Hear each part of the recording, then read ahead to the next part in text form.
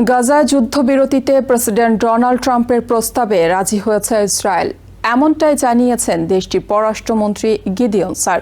মঙ্গলবার ক্রোয়েশিয়ার রাজধানীতে দেশটির পররাষ্ট্রমন্ত্রী গর্ডান গিরলিগ জার্ডম্যানের সাথে যৌথ সংবাদ সম্মেলনে ইসরায়েলের পররাষ্ট্রমন্ত্রী বলেন, গাজায় জিম্মি মুক্তি এবং যুদ্ধবিরতি চুক্তির বিষয়ে ট্রাম্পের সর্বশেষ প্রস্তাবে ইসরায়েল হ্যাঁ বলেছে।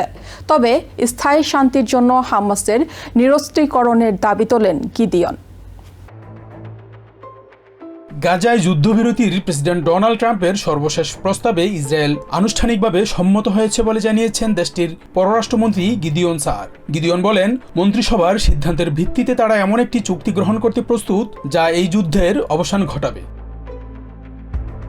তবে ট্রাম্পের প্রস্তাবে সম্মতির কথা জানালেও গাজায় হামাসের নিরস্ত্রীকরণের দাবি পুনর্ব্যক্ত করেছেন ইসরায়েলি পররাষ্ট্রমন্ত্রী। তিনি বলেন, গাজার প্যালেস্টিনিয়ানদের উন্নত ভবিষ্যৎ নিশ্চিতের জন্য হামাসকে অস্ত্র সমর্পণ করতে হবে এবং সমস্ত জিম্মিকে মুক্তি দিতে হবে। সংবাদ সম্মেলনে স্পেন ও ফ্রান্সের সমালোচনা করে গিদিয়ন স্যার বলেন, প্যারিস বা মাদ্রিদের সিদ্ধান্তে শান্তি আসবে না, বরং শান্তি অর্জিত হবে দ্বিপাক্ষিক আলোচনায়। তিনি হামাসের প্রচারণায় প্রভাবিত না হয়ে দ্বিপাক্ষিক আলোচনায় ইউরোপের সমর্থন কামনা করেন। I think that also for the sake of peace, it is very important to continue with this path of countries like Germany, like Italy, like Croatia, which understand that peace will be achieved in a bilateral context. এদিকে president ট্রাম্পের প্রস্তাবে আগেই সম্মতি জানিয়েছে Hamas, যদিও চুক্তির বিস্তারিত এখনও প্রকাশ হয়নি। তবে আল জাজিরা বলছে, চুক্তির আওতায় ৩,০০০ প্যালেস্টিনিয়ান বন্দীর বিনিময়ে ৪৮ জিম্মি ইসরায়েলিকে মুক্তি দেবে হামাস। উপরন্তু এতে শর্ত দেয়া হয়েছে, ইসরায়েল গাজা শহর দখল করবে না।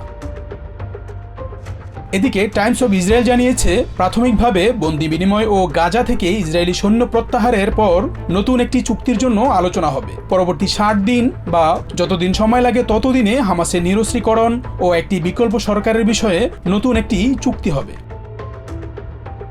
তবে ট্রাম্পের প্রস্তাবে সম্মতি জানিয়ে আরও আলোচনার প্রয়োজনীয়তা তুলে ধরেছে হামাস। তারা বলছে, যুদ্ধবিরতির প্রথম দিনেই সব জিম্মিকে ফেরত দেয়া সম্ভব হবে না, কেননা নিহত জিম্মিদের দেহাবশেষ যেসব এলাকায় আছে তার অধিকাংশ এখন আইডিএফ এর দখলে। Shahnur Shahin, TVN 24 news desk. New York থেকে সম্প্রচারিত TVN 24 টেলিভিশন বিশ্বজুড়ে বাঙালির কণ্ঠস্বর।